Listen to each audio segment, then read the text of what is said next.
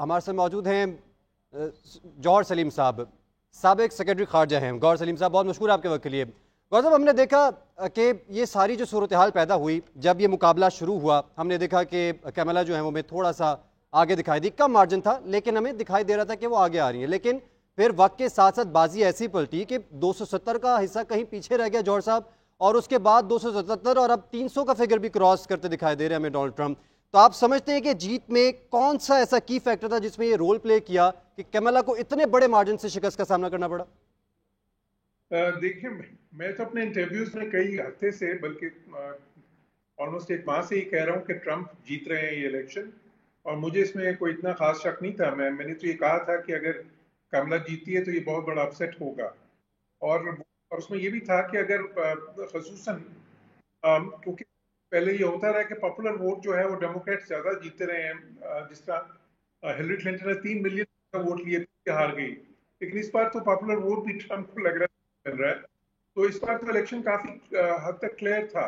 तो कमला वो वाला मोमेंटम नहीं बना सकी, वो इश्यूज उस तरह से जो अमेरिकी अवाम को ज्यादा, जो उनके लिए अहम है इशू, जिस तरह इकोनॉमी है, इमिग्रेशन है, इसी तरह हेल्थ केयर है, उन इश्यूज पे वो इतना ज्यादा कोई अपना जो है ना आर्टिकुलेट नहीं कर सकी, अपना जो पोजीशन है, अपना मौकफ है।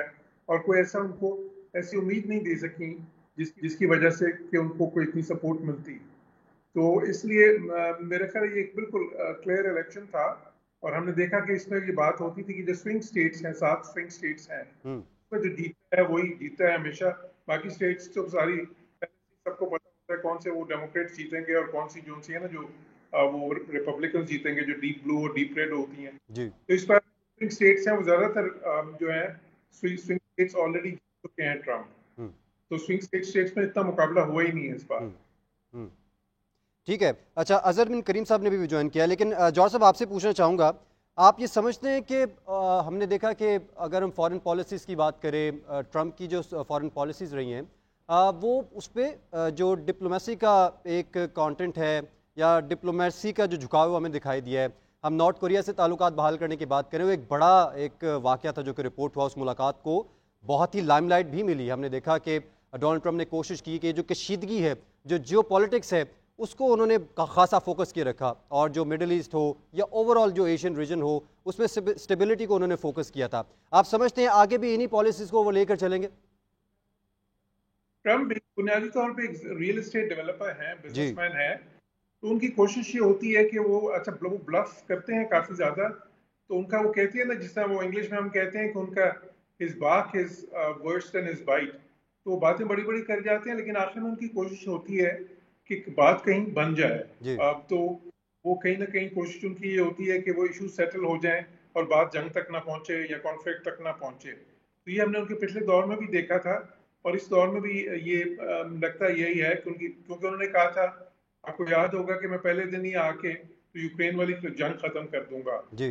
और उन्होंने ये दावा भी किया है कि वो गजा वाली जो जंग है, ये कॉन्फ्लिक्ट जो है, इसको भी खत्म कर देंगे फौरी तौर पे। जी। वो आसानी से ना हो, लेकिन इसमें कोई शक नहीं कि वो कोशिश उनकी यही होती है कि वो जंग और ये कॉन्फ्लिक्ट जो है वो उसमें ज्यादा दिलचस्पी उनकी नहीं होती। उनकी कोशिश होती है कि उससे बचें और किसी तरह कोई डील करके खत्म करें उसको। ठीक है, जौहर साहब साथ रहिएगा। अजहर साहब, आप सीनियर सहाफ़ी हैं, कैलिफोर्निया से हमारे साथ आपने हमें ज्वाइन किया हुआ है।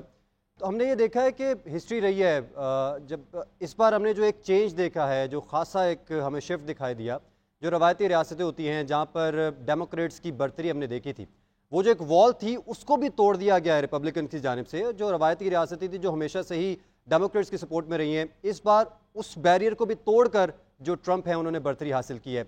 आप समझते हैं कि लैक किया है कैमला हैरिस ने, उनको जो शॉर्ट टाइम मिला अपनी कैंपेन के लिए, क्या ये एक की फैक्टर था जिसकी वजह से ये शिकस्त का सामना करना पड़ा और इतना बड़ा मार्जिन हुआ कि अपनी जो रवायती स्टेट थी उनसे भी हार का सामना करना पड़ा?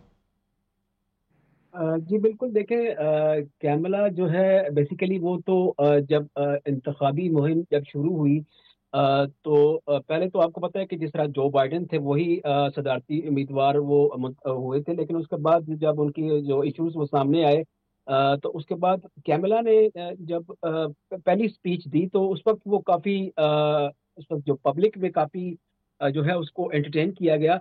लेकिन बेसिकली देखें जो उनके बुनियादी इश्यूज थे, उनका भी जो इंतखाबी नारे थे जिसमें उनका बेसिकली था हाउसिंग, हेल्थ केयर, इकोनॉमी, और जो सेकेंडली वो जो इमिग्रेंट्स के हवाले से आपको पता है कि डेमोक्रेट्स हैं, अब वो थोड़ा सा नर्म रवैया रखते हैं, लेकिन जो अपने जो इश्यूज हैं खासकर उन्होंने कुछ खवातीन का वोट भी कैप्चर किया, लाइक जिस तरह राइट ऑफ एबॉर्शन था उस हवाले से। जी। लेकिन जो पोल्स थे वो जो इंडिपेंडेंट पोल्स थे उसके मुताबिक जो नेक टू नेक मुकाबला था। लेकिन जो आपकी बात बिल्कुल दुरुस्त है कि जो उनकी जो अपनी बाज जो पॉकेट्स हैं, वहां से खासकर अर्बन एरिया में तो उन्होंने काफी वोट्स गैदर किए हैं, हम्म। लेकिन ऐसी काउंटीज जो रूरल जो काउंटीज हैं, खासकर जो जॉर्जिया जो इन्होंने विन किया है, इसी तरह जो कैरोलिना, तो उससे काफी जो है हर्ट हुआ है। ये जो बेसिकली यही एक जो बुनियादी वजह बनी है ट्रम्प के जीतने की। हम्म। अच्छा, हमने ये भी देखा अजहर साहब कि ओवरऑल अगर हम ट्रम्प के जो मेन दो उन्होंने अपनी पॉलिसीज़ के सामने जो की फैक्टर्स रखे, वो था ट्रेड और जिस तरह आपने भी बताया कि इमिग्रेशन। और फिर उन्होंने इस बात को वाजे किया क्योंकि एक कयास आराइयाँ शुरू हो गई थी कि गालिबन जो वीज़ा पॉलिसीज़ है उनको स्ट्रिक्ट कर दिया जाएगा दीगर ममालिक से कि बिल्कुल ही इमिग्रेंट्स ना आ सके। लेकिन फिर उन्होंने उसको वाजे किया कि जो लीगल इमिग्रेंट्स हैं उनको हम बहुत ज़्यादा वार्म वेलकम करेंगे, लेकिन जो इलीगल इमिग्रेंट्स हैं जिसकी वजह से अमेरिका की इकॉनमी जो है वो बर्डनाइज हुई हुई है, उसको हमने कंट्रोल करना है। आप समझते हैं कि जो फैक्टर है, अगर हम इसको कंसिडर कर भी लें कि अगर इलीगल इमिग्रेंट्स को वॉश आउट किया जाता है यूएस से, तो उससे बहुत बड़ा इंपैक्ट आएगा अमेरिकन इकोनॉमी पे, क्योंकि हमने ये भी देखा है कि जो बोरिंग का लेवल है उसका हुजम भी बहुत ज़्यादा बढ़ गया जो बाइडेन एडमिनिस्ट्रेशन के दौरान। और अगर हम देखें कि ओवरऑल जो एक्सपेंसेस थे उसको काबू करने में भी ये एडमिनिस्ट्रेशन नाकाम दिखाई दी थी। आप समझते हैं कि ये जो इलीगल इमिग्रेंट्स का इशू है इसको सॉर्ट आउट करने से अमेरिकन इकोनॉमी को फर्दर संभाला मिल सकता है? अजहर साहब से गालिबन रब्ता नहीं हो रहा। जॉर्ज साहब, same question for you sir. आप क्योंकि सेक्रेटरी खारजा भी रह चुके हुए हैं, आप क्या समझते हैं कि इस तरह की अगर हम खारजा पॉलिसी के एतबार से देखें तो इलीगल इमिग्रेंट्स का इस तरह से सफाया कर देना, क्योंकि ये एक बहुत बड़ा काम है, जाहिर है अमेरिका के ओवरऑल पॉपुलेशन को भी देखें और उसमें चाहे ये इलीगल इमिग्रेंट्स हैं लेकिन जो अमेरिका की अनऑफिशियल इकॉनमी कह लें जो पेपर पे मौजूद नहीं है उसमें फिर भी एक रोल प्ले कर रहे हैं इलीगल इमिग्रेंट्स, जब इनको वॉश आउट किया जाएगा, आप समझते हैं कि अगर हम फॉरेन पॉलिसी की सतह पर देखें तो इसका क्या इम्पैक्ट आएगा? जी, ये बहुत, जिस तरह मैंने कहा, ये बिल्कुल इमिग्रेशन जो है ये बड़ा इशू था वहाँ के वोटर्स के लिए, और इसीलिए ट्रंप ने इसको बहुत ज़्यादा हाईलाइट भी किया और उसमें कुछ वादे भी उन्होंने किए हैं कि जी मैं आते ही मिलियंस जो हैं उनको जो इलीगल इमिग्रेंट्स हैं उनको मैं डिपोर्ट कर दूंगा। लेकिन मेरा ख्याल है कि जिस तरह उनकी बाकी बातें होती हैं ना, जब जी। वक्त आएगा तो इतने लोगों को नहीं कर सकेंगे, मे भी कुछ लाख को पॉपुलस करेंगे, अप्रोच। लेकिन उसके बाद वो जो है ना फिर कुछ ना कुछ वो सेटलमेंट कर लेंगे इस पे भी। हम्म। क्योंकि आप सही कह रहे हैं कि उसमें से वो कुछ मैनुअल ऐसे जो मैनुअल वर्क्स होते हैं जिसमें उनको उनकी जरूरत भी होती है, जी।